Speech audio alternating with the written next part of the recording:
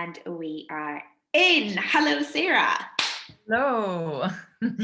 So we were just having a bit of a laugh here because we were saying, how do you start this? Because we're usually both quite organic, and neither one of us really like the whole, hi, I'm this or I'm that. But I am going to start like that today. So why not? Why not? So for those of you who don't know me, I am Steff Noble. I am a natural figure champion, a figure pro in WNBF and DFAC. I'm a national touring posing coach, and I run a company called Pro Prep Coaching, which is a professional prep coaching company for those who wish to change their body, their lifestyle, and those of who want to go in for strength and athletic sports and get to the top of their field in it. So I run that with my better half, who's also a natural pro champion, Dr. Andrew Chappelle. And I'm here today with somebody that I hold very close to my heart as well, Sarah, who is one of my wonderful posing clients that I started working with many moons ago. How long was it, Sarah? It must be 3 years, because my most successful season was 2019, and we met in the November before that, so 2018. So yeah, this year it'll be 3 years. Amazing. Hey, how time has gone as well. So I'm super excited to talk to you today because as Sarah and I have gone through the journey and looking at her development through posing and building her confidence, we've got to know each other really, really well. And we have shared interests across, of course, bodybuilding and fitness, but we have a lot of shared interests as well, just generally about mindset and outlook on life, don't we? And so that's a little bit of background about me. And I'm sure a lot of people already know you, Sarah, on your channel, but let's see a bit about you. Who is Sarah? So I've been competing now for just over 6 years, but as you know, before meeting you and doing our first posing lesson, I competed but never had been as successful as I'd like to have been, in the respect of never really getting placings and chasing what I thought I wanted, and I didn't really know where I was able to fit in the bodybuilding world. And I found that's the main difficulty I had coming into bodybuilding, because you put all the effort in, you feel like you want to be a good bodybuilder, but what is a good bodybuilder? And like we say with mindset, you know, you're chasing something that you're not even sure what feels like. You know, there's so many different federations now, so many different poses, and until we met, I'd never posed individually with a coach. It had always been en masse, and if it was individual, it was never bespoke as you do it.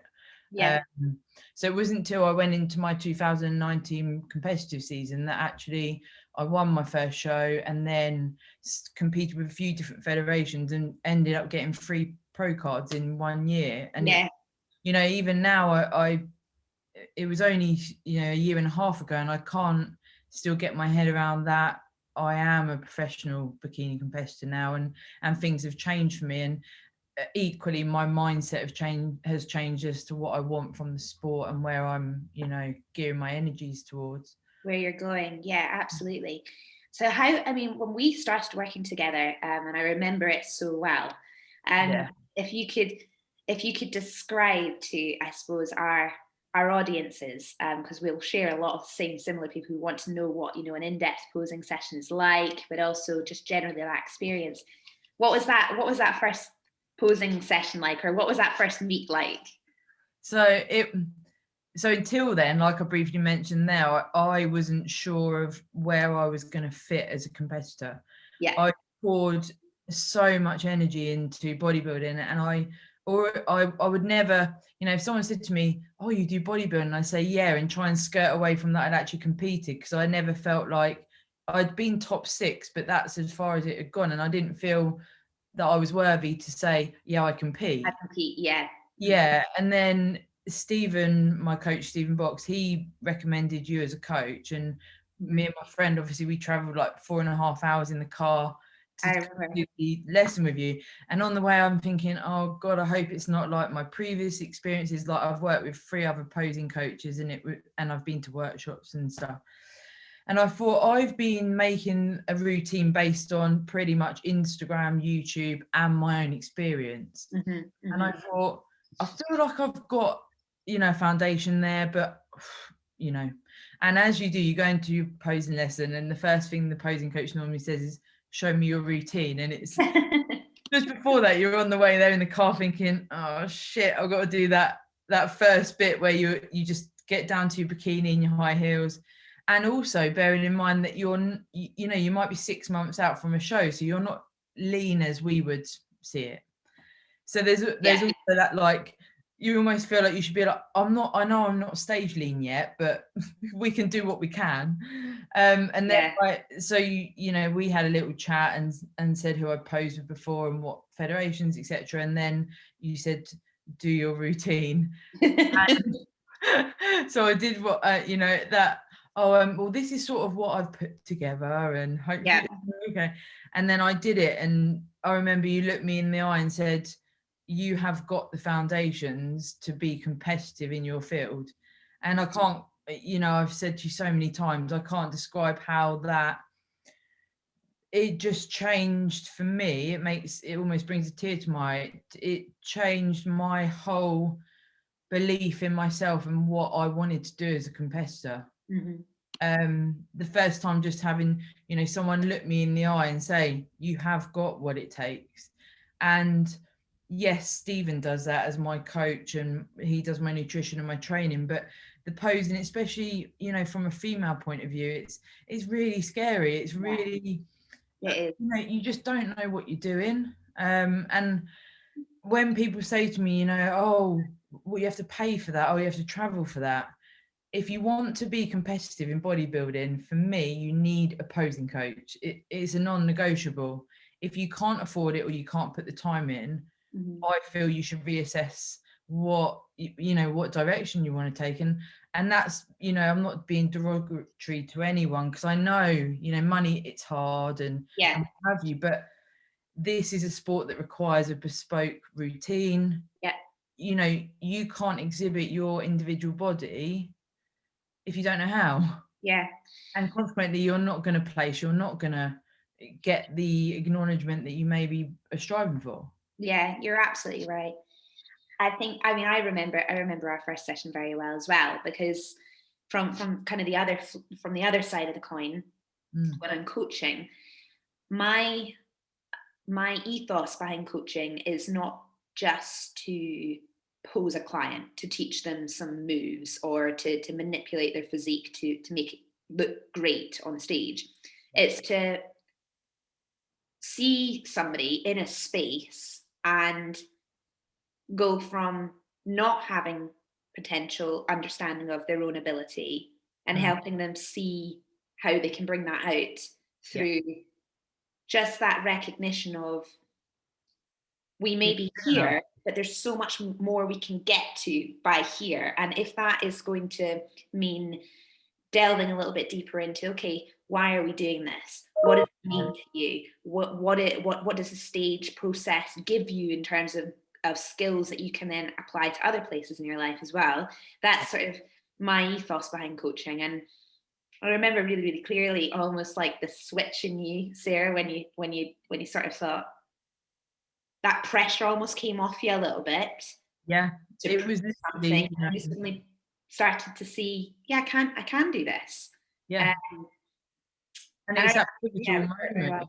I think it's installing confidence, essentially, because, you know, for so long, coming from, you know, I guess a troubled teenage years and the journey itself of growing up, and, you know, things like being bullied at school and all those things that contribute to so many of us. So I'm by no means alone in that regard, and not having the easiest start, and then finding bodybuilding. But, you know, for those first 4 years, the first couple of seasons, not placing and not being able to gain the feedback that I wanted, unfortunately, you visit some very dark places, and it's scary. You know, I can look back and I can appreciate it, and I've got a support system, you know, Kieran, my husband, and other people that I can rely on. But a bit why we wanted to do these videos is to you know, those people that don't have anyone or don't know what to expect, like, Christ, those dark places that you visit. Yeah, and you're absolutely right. If you don't have somebody who's either been through that process, Yeah, or understands, you know, that this is a very extreme sport, you're putting, you know, I always go back to the kind of the basic principle of competing. It's a competition. yeah, You know, it takes a brave person to go and compete in anything, right? But then you take somebody who wants to stand in front of a group of complete strangers, yeah, nearly naked, yeah. and and say, Ironic thing. judge me, judge me, please. And I always say along the similar lines to people, every time I compete, I'm completely exposing myself. Yeah. Now, what other sport or competition would you expose yourself to that level? It's not only aesthetics, it's how your hair is, how your Yeah. makeup is, what How you bikini. express yourself. Yeah. Yeah, and you know, coming from that background of being bullied and all these things that are, you know, you're picked on because your teeth or your hair or your whatever it is, and then suddenly doing a sport where I'm being picked apart for my aesthetics and my look, you know, and to rebound from that. And that's why so many people compete once and they think that, you know, if they don't place and get, you know, the result maybe they think they want, then they either blame bodybuilding, or they just come away from it and feel really negative about themselves, or they have a support system and a coach and they can bring themselves through it. Yeah. It's a very fine line, and I've seen so many examples of all of those. And you know, there's food disorders, there's different things that are really going into that deeper level of it. That, you know, it's rife in our sport, isn't it? Yeah, it is. And I think you've got to be very careful to know your reason why you want to do it, because sometimes, you know, and I've worked with competitors who have maybe come from poor behaviors around foods, and they've come to me and said, I want to compete. I want, you know, like I've been training really hard, I eat really well. And we'll dig into the initial part of their coaching and realize actually they've been using their food behaviors as a crutch to deal with other deeper issues that are going on. Yeah. And we have to find our way of unraveling that, because taking that person and then putting them through a contest prep phase, that will only exacerbate the situation massively. And I think a lot of people, particularly new, fresh people to the sport, or new you know, I call first timers, if you want to call it a new person, a first timer, they haven't got a kind of a toolkit yet to understand what to expect. So they're quite naive at that point. So if your coach or if somebody is saying something to you like, right, we'll just take you on, and you might have anorexia nervosa, or you might have a bit of bulimia, or you might have, you know, some really poor, you don't eat very much and then you binge all day long or something, you know what I mean? They may just, and then they just say, yeah, we'll deal with that, we can just get you on stage. That totally breaks my heart, because you see it all the time and it's dangerous, super dangerous. And that's what we say, isn't it? Like it literally, it hurts my soul that so many people go through this. And you know, and that's why, like I mentioned earlier with money for posing, if people ask me about coaching and say, you know, how much is it, and if I'm going to recommend Stephen or you or someone else, it's not going to be 50 quid a month. No. Because it's a competitive sport, and the amount of effort you need to put into the training plan, the updates, and what you do with a client, is that worth 50 quid? No, it's worth a lot more. But then you get the, you know, people that maybe can't afford that go down the route of downloading something online or doing a 30-day shred, or all these things that you see. And it's just so upsetting that people go through that, because they're misguided, and they're maybe not valuing, because you can't really put a monetary value on your own health. If you come out of a contest prep and you have you know, a food disorder or disordered behavior, and off the back of that you don't have a coach or someone to guide you, where does it end up? Yeah, exactly. And And it's not just even, you know, that's kind of one example there of perhaps people who start the contest prep having a set of behaviored eating patterns which are negative. But Yeah. it could also be somebody like I talk about the psychological effect of a contest prep, and that there is a good side to using a contest prep as a focus and a driver for psychological health. Yeah. But there's also a very negative side to that as well. For example, if say you are somebody who is has quite negative self thoughts about yourself, you know, you've got a lot of self-doubt, Yeah. you're maybe you've got depression. These are things that if you're you absolutely 100% can do contests. Yeah.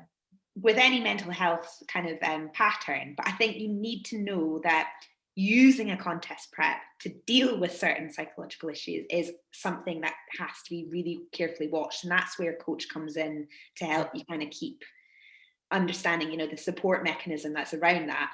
Yeah. But I've seen completely the opposite, where some you know clients will have those experiences totally exacerbated, come out the end of a prep, you know, more depressed than they were, more self-riddled with, you know, concern for their own health and happiness and what they look like. And it's finding it's knowing the reason why you're starting this and making sure that it's not trying to hide something else. Does that make sense? Yeah, and also that striving to win a competition or to place. Mm-hmm. For me, when I first started out, and me and Stephen speak about this now because I can look back and reflect and have the experience there. Yeah.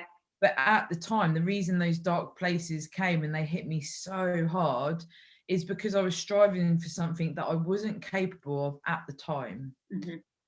I did not have enough muscle mass or the stage presence and the confidence required to place or win at a show, because that's not what the judges are looking for. They don't know your story. They Mm-hmm. don't know what you weigh. They don't know that you've tracked every single macro for 8 months.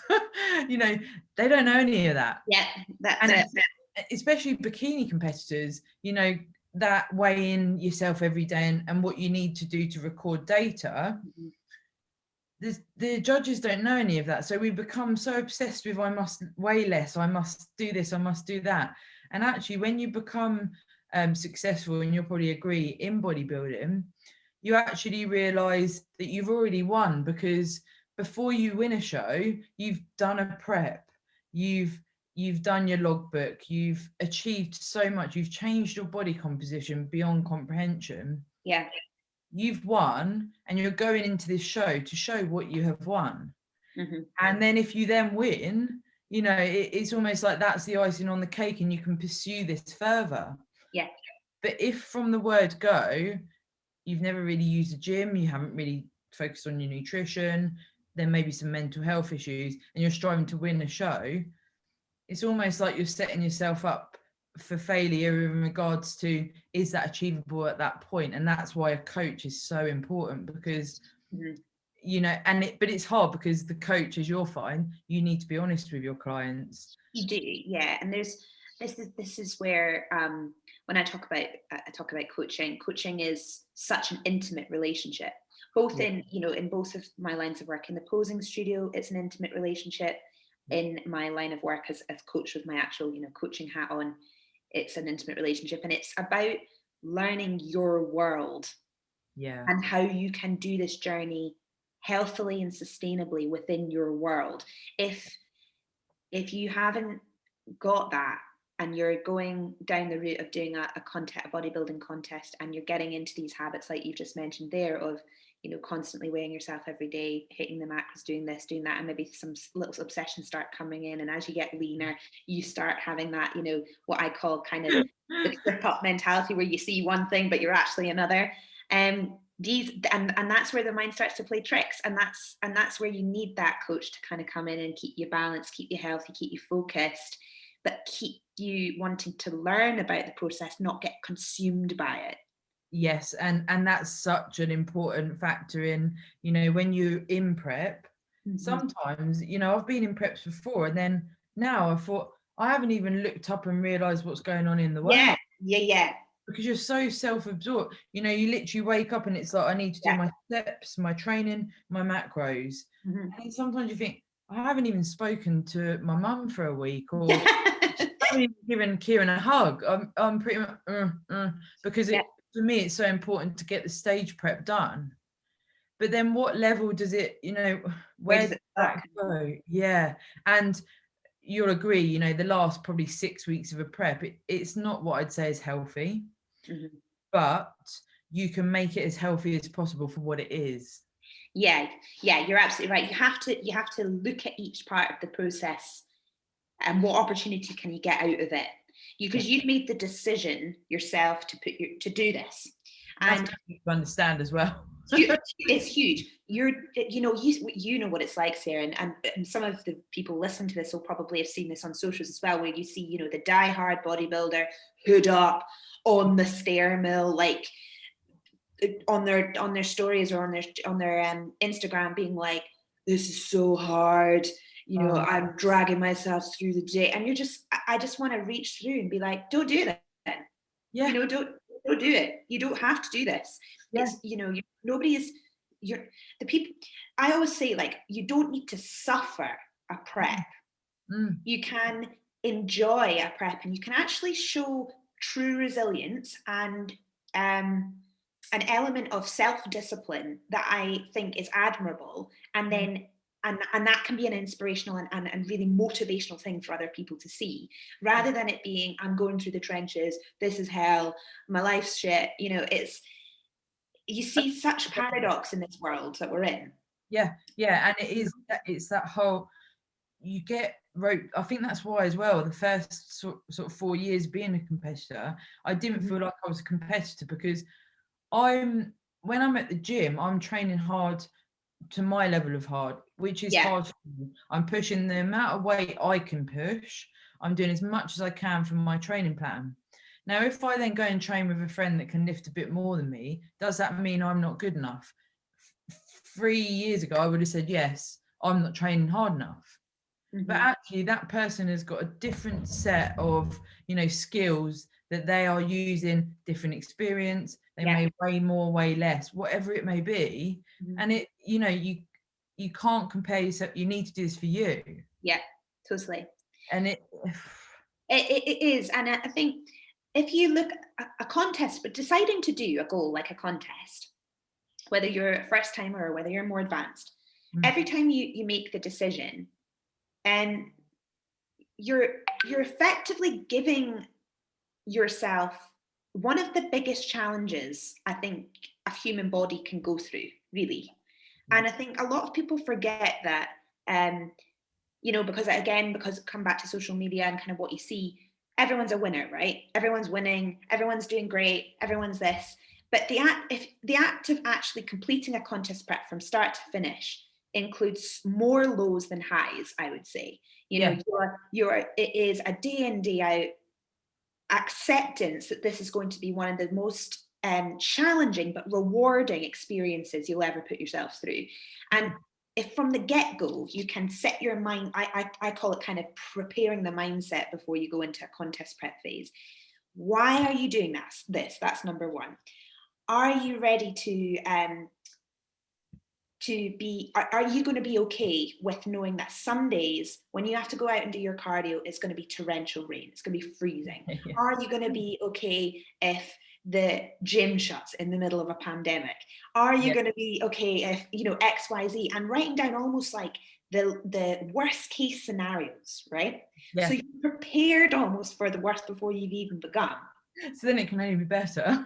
Well, everything only can get better from there, because then you start the contest prep having the preparation, you know, you've got everything set out, so that then you can feel just completely in control of the whole thing. Does that make sense? Oh, she's gone. I could just sit here and talk to everybody on my own. Oh, sorry, Steph. Are you there? Yeah, sorry. The dog was just trying to get through.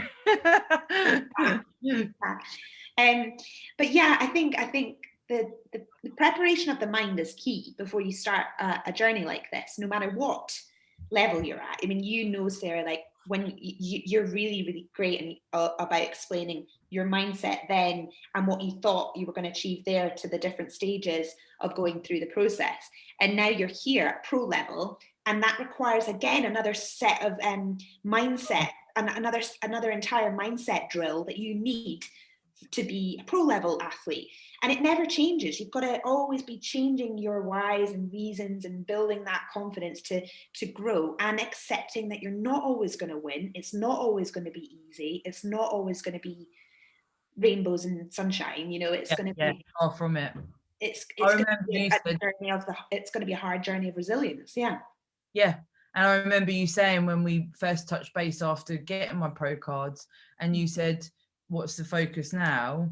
And I remember you saying, you know, it sounds like you're ready to level up.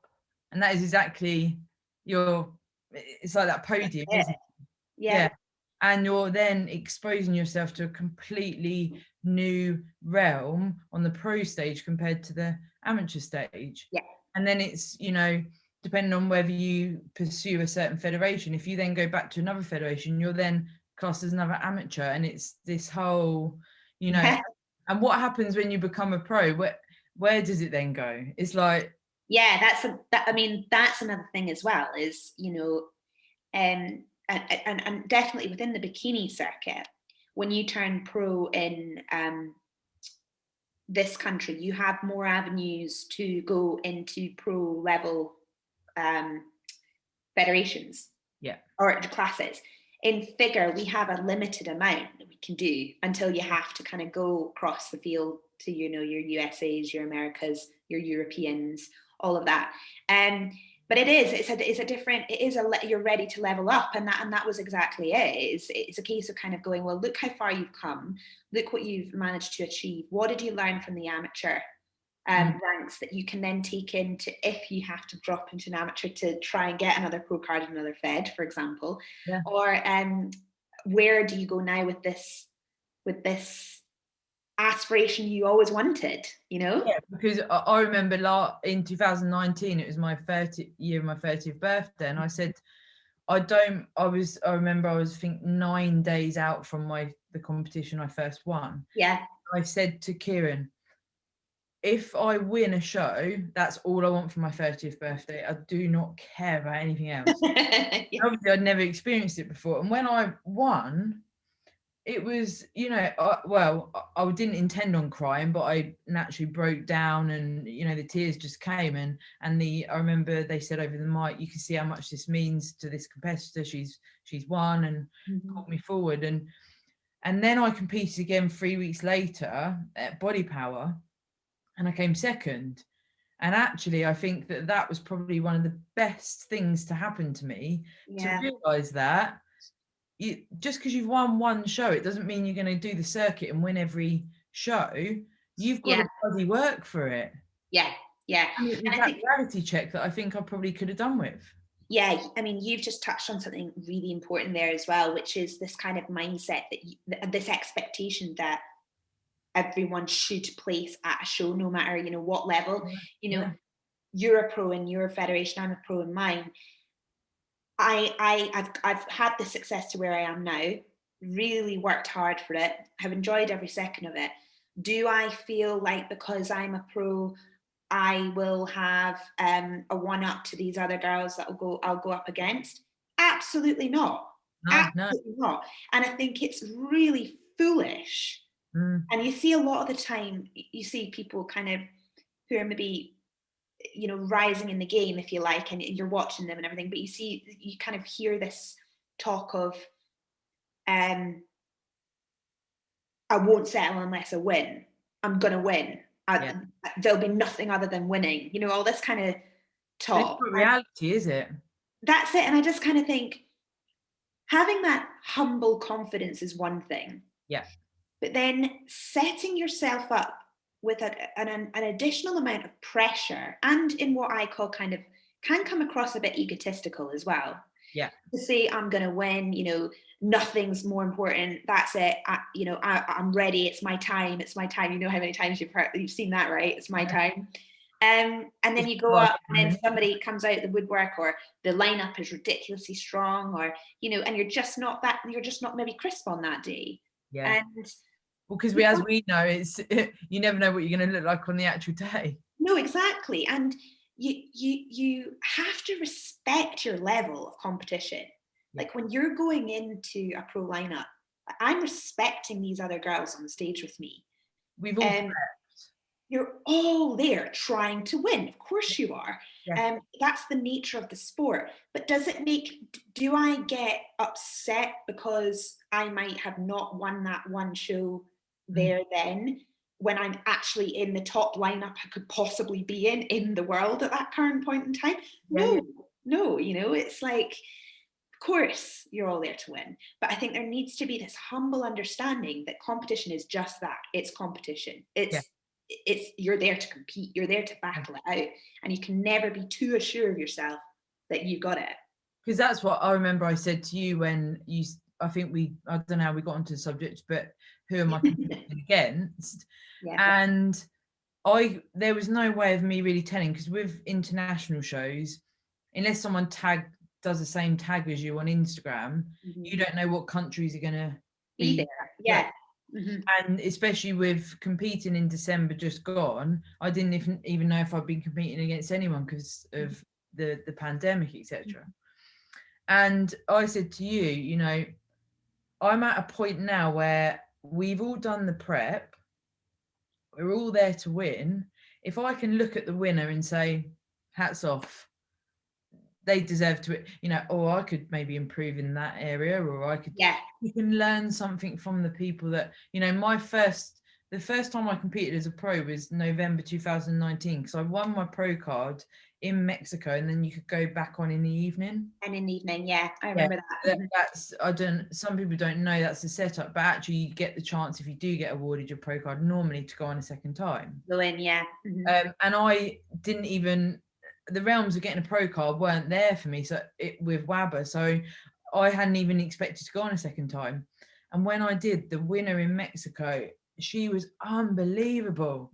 And I was looking, thinking, I'm just on the same stage as her. I don't care if I'm lost, you know, because I was behind when she got the first call outs, and I'm looking, thinking, this is phenomenal. And actually you can take something from it. So like you say, it's understanding where you are at with the field of athletes with you. If someone especially competing as a pro, if someone has competed for 10 years and I've competed for 2 years, there's nothing I can do about that. This is it. And there's also the other thing that plays a part into that differences on stage there is the countries. So athletes from different countries have all had well, you've probably seen this yourself, but and it's specifically prolific in the figure classes. But in this country, and I'm just speaking predominantly about the figure class right now, they want a really hard, conditioned, gnarly look in this country. You need to be big and thick and conditioned to hell, like ripped. But then when you go and compete over in the Europeans, they're softer, they're less hard, they're less conditioned, they've got a fuller, softer look. And so you might find that what they place here is one thing, but then when you start going across the pond in Americas, Europes, etc., you might find that actually you're having to play around with your physique to fit the different criteria of what they're looking for. And that's hard in itself. I've had exactly the same. The difference in federations, because I've got 3 different pro cards now, the feedback I got from all 3 was completely different. And you know, I remember saying to Stephen, I don't know where I'm heading here, because sometimes it's you're verging on too lean for bikini, and then, you know, recently bikini has got a bit harder and bigger, essentially. Then, you know, I've competed with federations that say, you know, actually you could tighten up a bit more. And my physique is pretty much the same on both show days. And I'm thinking, so I'm either verging on too lean tighten up a bit more. Yeah. Or it could, you know, or it could be a bit softer. Yeah. And it's like, and Stephen and I had the conversation when we reflected on what the plan is for this year. Where am I heading? Yeah. You know, which federation do I want to pursue? Do I want to try a few different ones again as an amateur and see where, you know, if I fit somewhere else, you know? And it is that constant, there's no real right way. I mean, luckily for you, you've got the UK DFBA, and they seem to be really for you. Yeah, I mean, the UK DFBA, I mean, picking up on what you just said there, I completely agree. You can get quite conflicting feedback from different federations, and it's important, whilst to take feedback on board, of course. Yeah. I think one of the most beneficial things you can do for your own physique with your coach is go through the footage, the photos of all of the lineup that you were on that day. Yeah. And compare yourself and pull apart the reasons why that you think the placing went the way it went. Yeah. But the other good thing to do is, and I do this now constantly for every show I go into, is be, of course, aware of the criteria, and of course be trying to hit that criteria as close as you possibly can. Mm-hmm. But go in with a physique that you like yourself. Yeah. Because if you push your physique to a place you don't particularly like, say, for example, you're too lean, too stringy, you'll probably not end up getting the placing you want anyway, because you've not actually got maybe the fullness that you need for it, or you're sacrificing something. Do you know what I mean? Yeah. I mean, for every show I go into now, and it might sound like I'm trying to go against this criteria, I'm not. I obviously read it very closely, but I have a look in mind that I know will be competitive across the majority of my federations. Yeah. And that I know if need be, I can pull it in a little bit or push it out. Like, so I just keep it on the air of caution and just assess maybe that year's season of competitors, have a look at where I'm going with it, and just be really mindful of it. But I have a look I love in my body. And when I hit it and I see myself posing maybe one day in the morning and I've finally got there, I'm just ready, and it doesn't matter what it is. I'm like, right, this is the look. I love this look. I feel good. I'm tight. I'm full. And I feel this is worthy of standing in a lineup at my level right now, and is enough. Is enough. Is as well, isn't it? That if you're happy with what you've brought to the stage, that in itself is going to bring a level of stage presence, of confidence. Yeah, there you go. You know, you would have seen it millions of times, and I have myself. When you look at a stage and you look at the condition of all the athletes, and then they do their routine, sometimes the person that looks like the winner is not the best conditioned, is not the biggest glutes, no, not what you'd maybe physique wise choose as the winner. Absolutely. But they've won because they rock the shit out of the stage. The presentation is on point. They can draw the attention. They might have a bit of everything, but they've got a presence that is, it shows starmanship quality. Yeah, and it's almost undeniable. And absolutely. You know, bikini in particular, you'll find.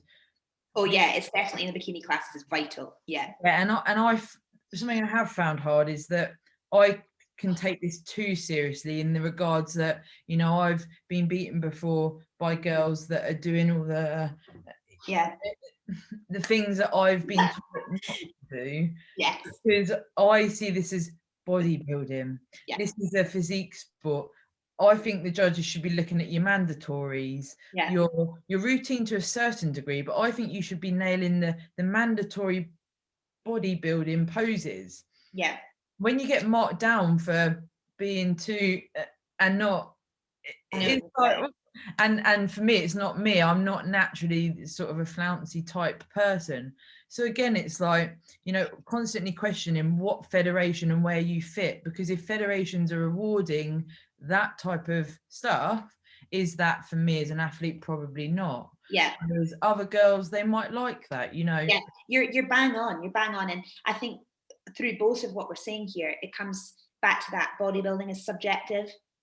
It's that you have to accept that. you have to accept that. And you know, I hear some people argue like, oh, but the person who wants not to the criteria, and I'm like, well, those people that were there on the day on the stage, the judge's job is to find the athlete that has, and if it's true bodybuilding and it's judged correctly, it should be technically shape wins shows. The best shape on stage, the best symmetry of proportions, torso to leg length, you know, limb positioning, all of that. Shape wins shows. That might mean exactly what you've just said, Sarah, which is it might not be the biggest or the leanest or that. It might be the girl that is perfectly lovely proportioned, beautifully presented, put together well, flowing lines with their poise and their posing, classy, elegant, with a touch of that flair that doesn't need to be, you know, too much. And they're just perfectly put together.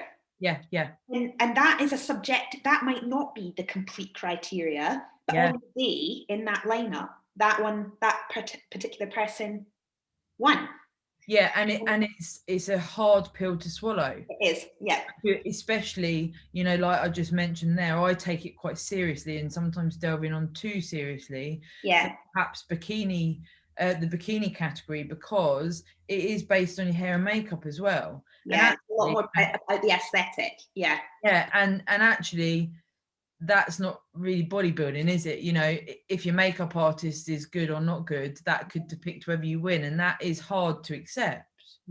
But if you're in that category, if you've chosen that category and you've chosen to compete, there needs to be a level of understanding that that's what you're exposing yourself to. Absolutely. And this is where that mindset comes in. You know, if you've already won because you've done the journey and you've in itself got to stage condition is a bloody big thing. If you've done that, then you go into the show and think, I'm going to have the best day possible. This is my day. If I win, I win. If I place, if I lose, you know, there needs to be a level of going into this with an open mind, because you're absolutely right. And I think, like, if I think about just your personal journey, Sarah, and having seen you start in what I call like one body, and we've worked on that kind of flow in the presentation and a lot of the element of what we're talking about, to your now pro athlete level. And I look at what you've improved on through that journey. It's dynamic. I mean, it's so it's vast. It's like it's like, if I think about you coming into my studio in Leeds, to the last time I saw you, obviously the last few I've seen you online, but the last one I saw you in London. And you had slowed it down. You were more poised. You're more controlled. You're thinking about coming into the pose and holding the pose like that statue before you then transition into the next. And it was just all, there is a competitor that's considered every element of this journey and is emulating that through what I call consistency and timing, pace. And it's just, even just the most recent posing video that you sent me, I've forwarded that on to so many of my bikini clients, because I can know as well. Because when I talk to them about, you need to slow this down, you need to take your time, you need to think about your foot placement, and I'm going to draw your attention to a couple of these things, because one of my clients who's learned over years has now perfected that. And honestly, the feedback I get whenever I just zone in on a couple of the poses that you do or walking, they're just completely like, how do I get like that? How do I begin like that? And I say to them, well, you're here now. Sarah started 3 years ago. And it, you know, some people say, the posing, and it doesn't really matter. You know, you can do that on YouTube. It's everything. But you cannot learn it on YouTube. You cannot, when Kieran and I were saying the other day, I remember when I first competed, I'd type in like UK BFF posing, and it's this shaky camera. You hardly see anything. And I remember, and I haven't told anyone this, but when I did my first progress photos for Stephen, Kieran was helping me, and I was like, are you sure this is the right pose? And I was doing this. You're with the traps over. Yeah. And then like, and I sent them to Stephen, and he messaged back saying along the lines of, I think you've got the wrong category poses. Yeah. And for him, he's obviously trying not to deter me from doing progress photos in the first place. But Kieran and I laugh about it now, but this is because I'd looked on YouTube and looked online, and I thought, well, that much. And even, you know, when you look at, we spoke about criteria, when you look at the list, it's enough to scare the living daylights out of anyone. I know. If you don't know if you have no kind of understanding of movement at all, and you look at a criteria list of what's expected of you, it's enough to put you off. And then you've got to think about hair and makeup, like what? You know, and it really does. All of this goes back to that, what we always say, you have to do this for your own personal journey and for yourself and what you want to get from it. And if it is that you've come from that background of insecurity or you're currently, you know, mental health, anything like that, if you can see it for what it is and go into it with an open mind, and that you want to achieve, you know, your own personal goal, and whatever happens along the way is going to be of a personal benefit, ultimately you're setting yourself up to succeed. But we know, you know, every prep you get like a week out and it's, whoa, I'm not lean, I'm not, you're strong, they're everywhere, but you're not lean. And it is amazing how you think at that point, and you do think like that. It's so like this sport is so complex, you know, and like we've said, from doing videos together, it's such a gift to be able to share what we have learned with anyone. If one person watches this video, I don't know about you, and it changes their perception of the sport and what they want to achieve, that's enough for me. That's enough for me as well. And effectively, you've just kind of bottled what coaching is to me. Because we all want to, I think all people really want is validation that people around them either support or can help them grow towards whatever they're wanting to do. And everybody has different hobbies, goals, ideas on what is kind of, you know, their thing. But you need those people around you to tell you that if you want to do it, go for it. You know, like bodybuilding, if bodybuilding's taught me one thing, it's that you find out very quickly who are the people that support you and the people who don't, you know. And it's a harsh reality. It is a harsh reality. And if I can be a tiny, tiny piece of somebody's world in bodybuilding that helps give them the confidence to believe in themselves, to follow through with a goal that they really want to do, then that's it for me. That's why I do this. And I think it's, of course, it's a hard sport. Of course, people want it, you want to go in and you want to win a show, and it's really important to kind of succeed. But and strive, yeah. But it's the people always use this term like, oh, the journey's more important, and it can sound quite cheesy. But honestly, it's the truth. It's the truth. And it is a bloody journey, I can tell you that. It is. I mean, and I always say now, when I get to show day, I actually immerse so much more in the enjoyment of my mum and my dad and Kieran and I get in the car with the suitcases, and you know, we always say, right, team on tour, and there's little quirky things that we've had every time, you know. And most show days I have a little cry in the morning and a release of what we're here, we're ready, get into that day. And you know, people don't see that part where you're laying down with your legs raised up because you're trying to get your blood flow going, and you're crying, and then you've got to have your hair done and your makeup done, and then people are texting you saying you're going to win.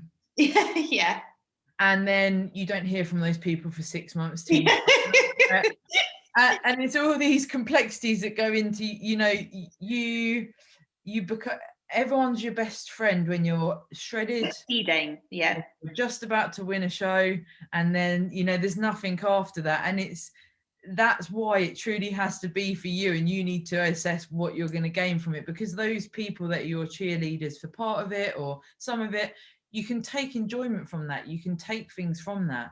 But if you rely on it, if it really is a hard lesson to learn. And like you say, you have that intimate circle that might only be 3 or 4 people.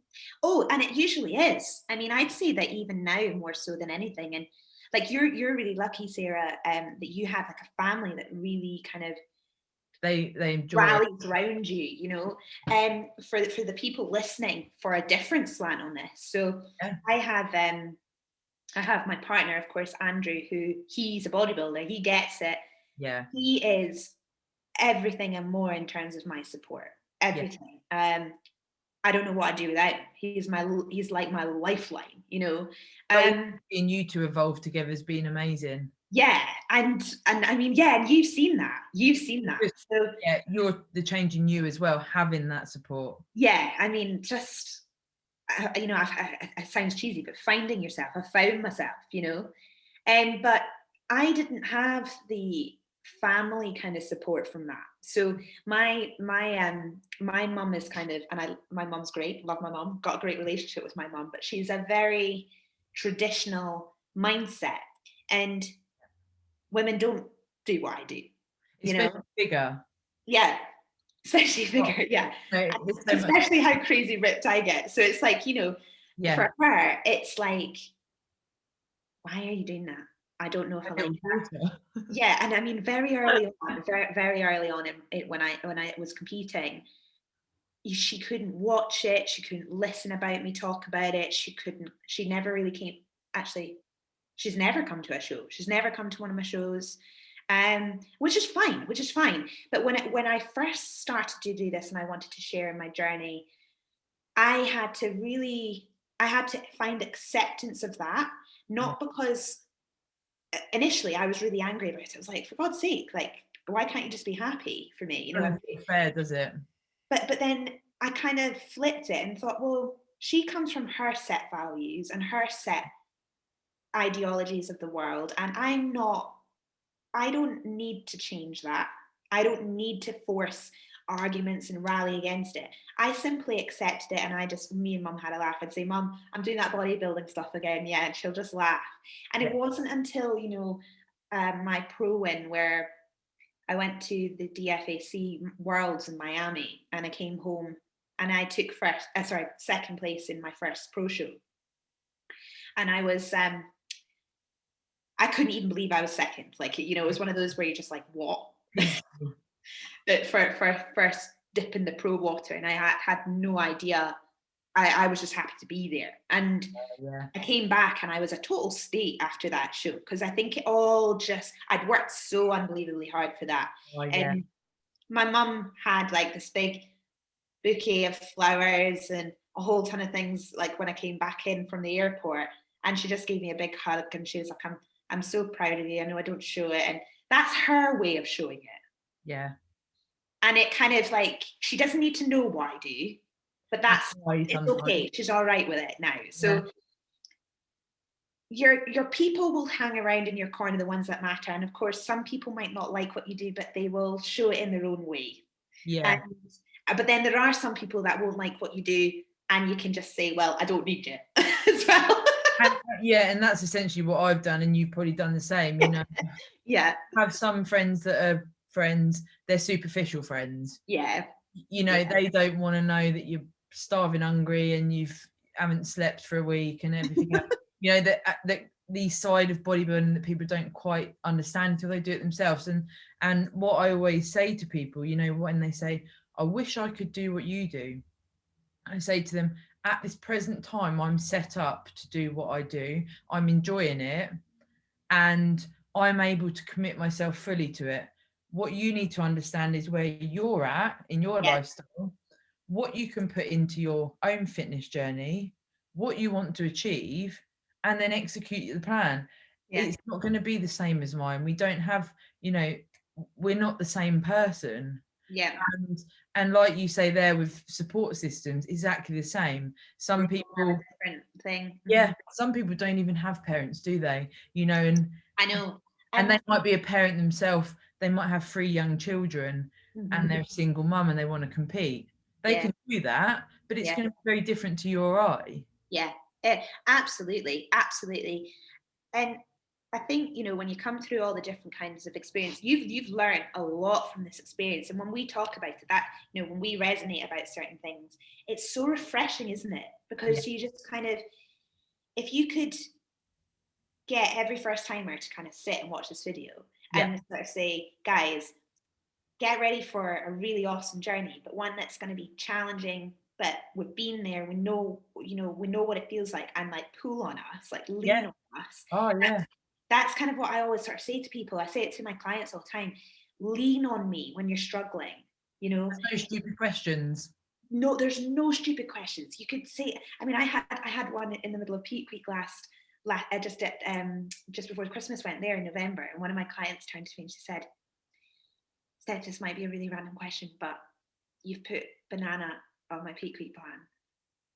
Do I weigh the banana with the skin on?"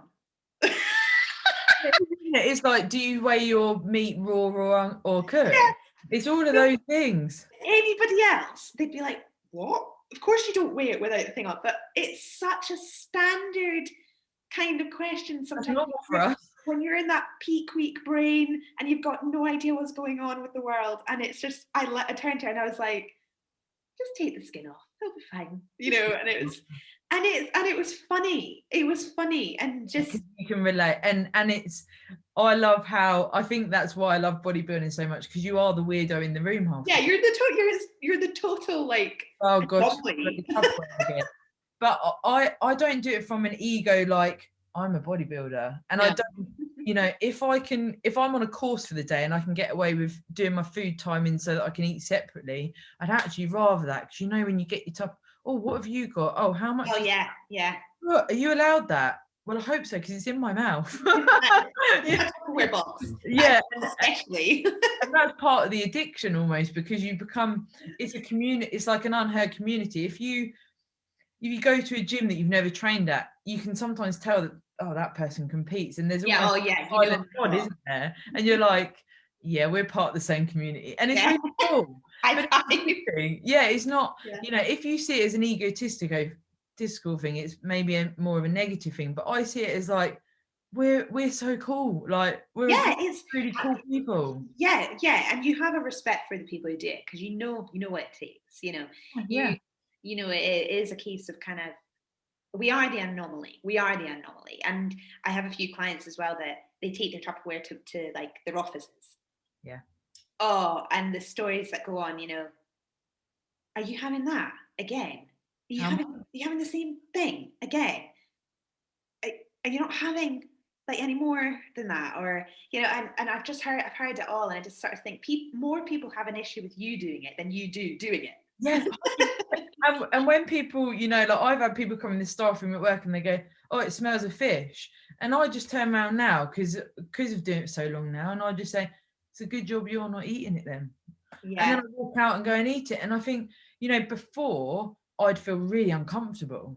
Mm-hmm. You know, I'd be thinking, oh God, I've got to eat in a minute. I'm in a meeting. Is that going to be okay? Now I just get my food out and everyone's looking at me, and I think, you get on with what you're doing, I'll get on with what I'm doing. But it is that, you know, both of us are at that point where, you know, if someone was to message me something on Instagram, if someone said to me the other day, oh, I'm really struggling, I don't really understand macros, and I had a bit of a chat with them, and I don't mind doing that, and like your coaching services are available, you know, for people to reach out, and that's essentially what we're here for, and what we're doing this video for is, you know, we've had the journey and we're still on the journey.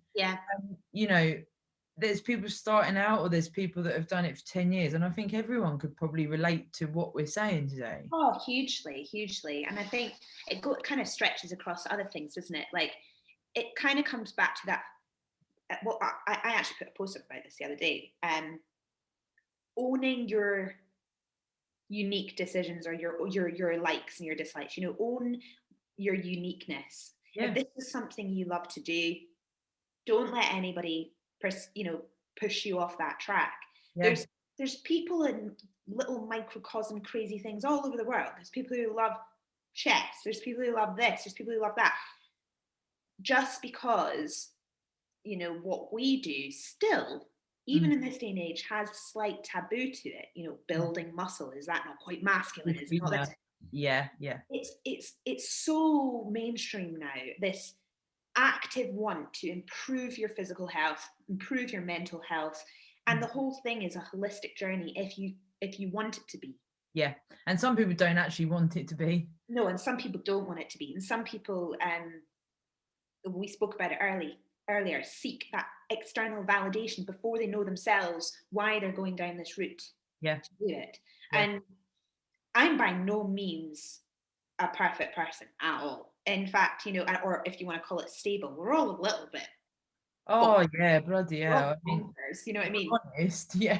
I mean, we have to be to do what we do at the same time as well. But I think when you get a good grasp on why you do something, the whole process becomes easier, and you can just learn so much and meet such cool people as well. Yeah, and there's those pockets of people, I've made some really, really, really true friends. I've only actually met in person a couple of times. Yeah, I know. Get each other, like, you just can't describe that level of connection that you have. You don't have to be talking all the time, and I've heard on podcasts and things before, people say actually it's about the people you meet as well. And Stephen once said to me at one of my shows, what I want you to do, your goal for this show is to make a lifelong friend. And I was like, oh. And actually I went into it and I thought, oh, I could try and, speak to people. And actually I had a much nicer show day because I got to a level of... You got to know people around you. Yeah. And ever since I won a show and I, did my posing lesson with you and I got that confidence, I've had people message me after a show saying, you actually made my show day because you made me feel comfortable. Yeah, see, that's awesome. Yeah. Because I've been to shows and, I always say to Kieran, I've been to shows and I've had people look at me like I'm a piece of shit. Oh, yeah. And I've actually thought, oh, I don't know why I'm here. Like, these people are really horrible. Mm-hmm. But actually, it's not always like that. No, and you're right. You have those backstage experiences where you could cut the atmosphere with a knife, and then you have those backstage experiences where everyone's totally friendly and cool. But there's no training for that, is there? No, and there's not. And I always say this to people, like,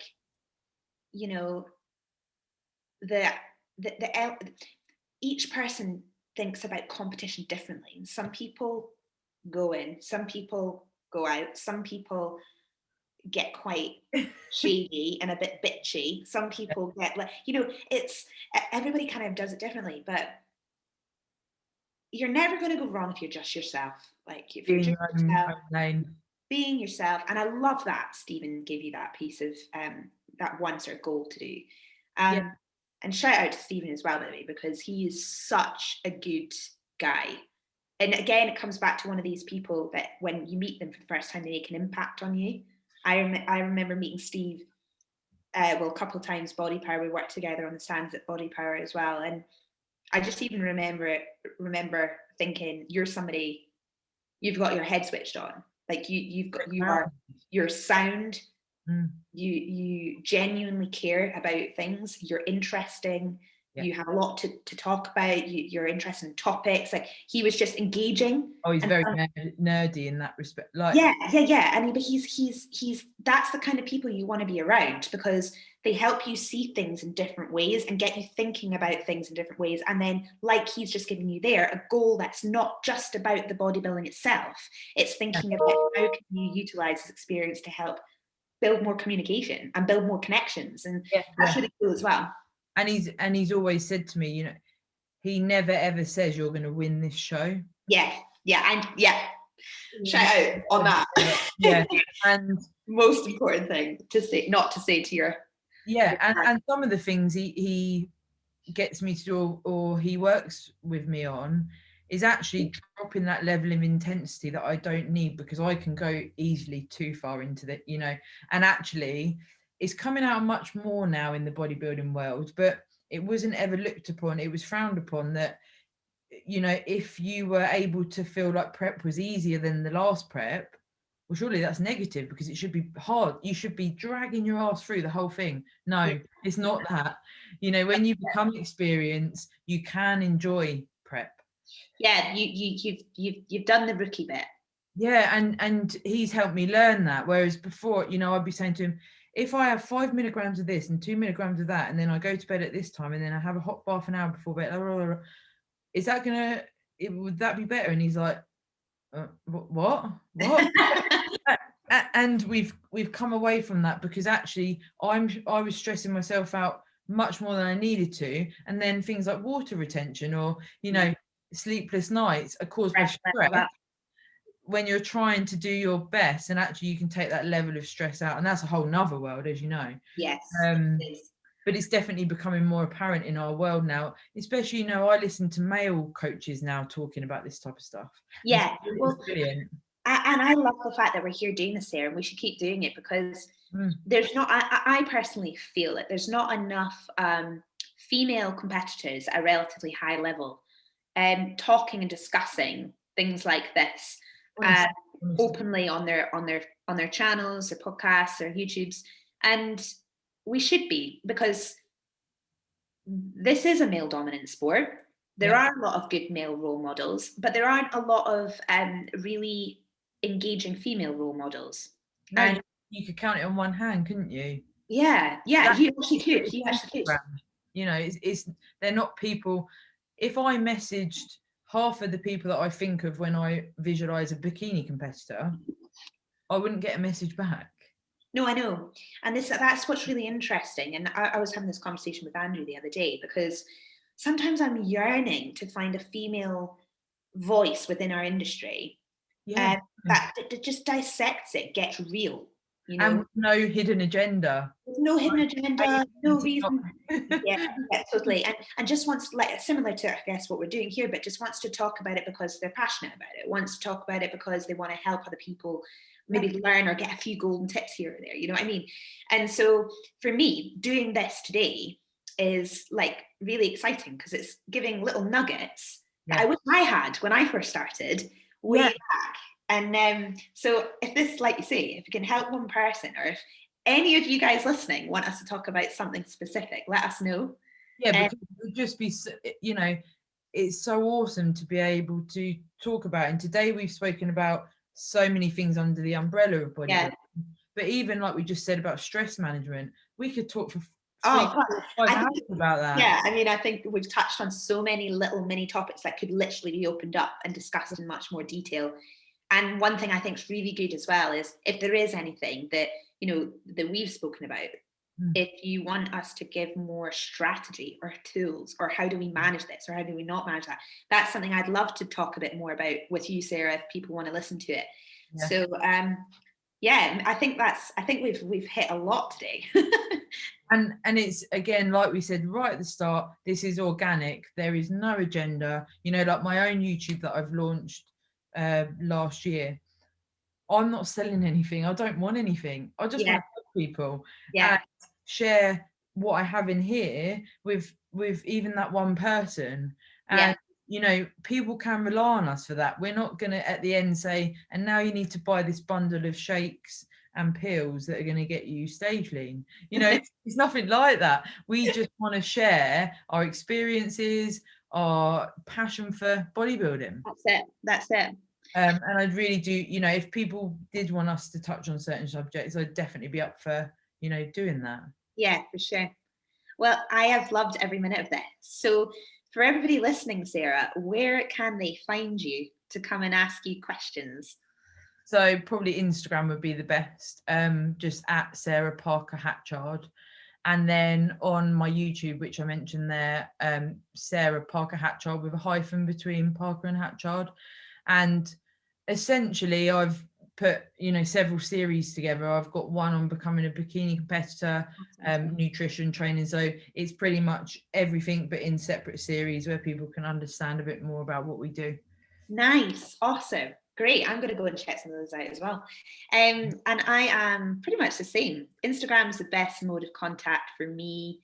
Steff with a double F _figure pro. No, I've missed my last name already. Steff __ figure pro. I'll put it down here. You're not even in prep, so you can't blame it on. I can't blame anything. I'm afraid. I just can't. And the same thing on the YouTube, although YouTube is my actual pro prep coaching. with Steff Noble and Andrew Chappelle, and on there, similar stuff to what you just said, Sarah. A lot about how Andrew and I took a female and male role through our amateur ranks all the way up to pro level in figure and bodybuilding, and then tons of really interesting information for the first timer, people who haven't started yet. So please go and have a check it out. We have got everything covered. Like that. Thank you so much for having me on this as well, Sarah. And I'm looking forward to having more catch-ups as we go along. Awesome.